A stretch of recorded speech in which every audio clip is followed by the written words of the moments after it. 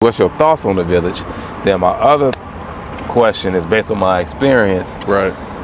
Do everybody in the village speak to your child, or what's your viewpoint on that? Yeah, it's you know, I don't think even consciously, I don't think we are aware of who our village is for our kids a lot of times, right? Like I don't think we are really intentional about labeling that, because our village is our friends we bring around our kids, our spouses sometimes we bring around our kids. The school environment is the village, the church, if you go to a church, the sports teams. And what we got to be really aware of, I think, is outlining what each person's respective role is in that. Because there are some situations that are unavoidable. Like if you live in a certain community, unless you're paying for a private school or religious school, your kid is going to that public school, which means that school culture is going to be immersed in your child some way. You know, so one of the things I tell people, well, I think one of the reasons school is important, besides the socialization and having friends, I think it's important for kids to learn, like, from a variety of different viewpoints, to understand that this is how some people think in this world. This is how some people are. And also, too, you get an understanding of how a system works. This school is going to best prepare you to work with people, to be employable. But that's not the only thing I want you to learn how to be. I want you to learn how to be a boss too.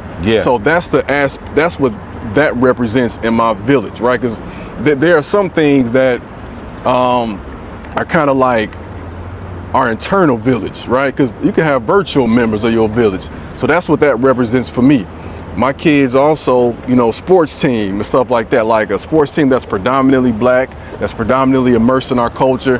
There's a strong male leadership component there with the coach who's been around for a while. And I look at that as an extension of me, because I understand that my kids living in a household where I'm the only man they really have contact with most times. They ain't got no male teachers, I don't think, you know? So that's another respectable male figure for them to kind of see how a man carries himself. So I think we have to like outline what this role is. And it's not just as simple as, you know, the grandparents or, you know, my mother, my father, my siblings. Like, what can they do? Sometimes it's just that extra support, that extra love. And if we're not careful, you know, we can have people pouring into our kids that shouldn't be, you know. And one of the things I have been reflecting on when I give talks now is that the African proverb, it takes a village to raise a child. And I was really reflecting on that one day when I said, dang, not only is that true when I think about my life, but also the fact that that proverb literally says a child. It takes a village to raise a child. It doesn't say it takes a village to raise children. And I thought that was profound, because if we're looking at it from that angle, then how many of us is needed to raise all of our children the appropriate way?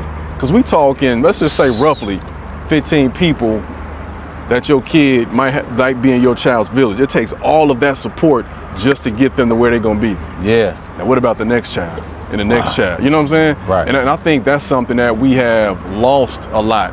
Not on purpose, but I think because we live in a world where we prioritize working and making money and all that other stuff, materialism, we've forgotten what that truly means.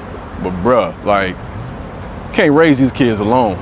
You cannot be everything for these kids. My thought is that when we talk about the African proverb, it takes a village to raise a child, my thought to myself is, it takes a village to raise a child to do what?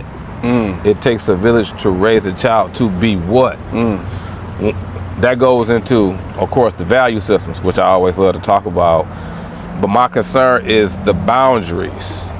And what I've seen, and the mistake that we made, and it's not gender based, it's not ethnicity based, it's none of that. What I've seen is that Ernest is in my class. Ernest is like my son, but Ernest is not my son. So if it takes a village, and I'm one individual in the village, then I have to be conscientious of the boundaries that need to be set, so I won't overstep my boundaries, because biologically this is not my child. Even though Ernest and I, we spend a lot of time together, we vibe, we connect, teacher, mentor, student, we build, we learn from one another. This is not my child. Therefore, I gotta have some type of self-correct to guide me in what to say, what not to say. Because as you know, being an educator, right. when kids trust you, they're gonna come to you with stuff, and as a professional, but that's kind of it's about being professional, but it's also about being a responsible person. Because just because you got a title professional does not mean that you're not going to overstep boundaries. Try to teach kids that all the time.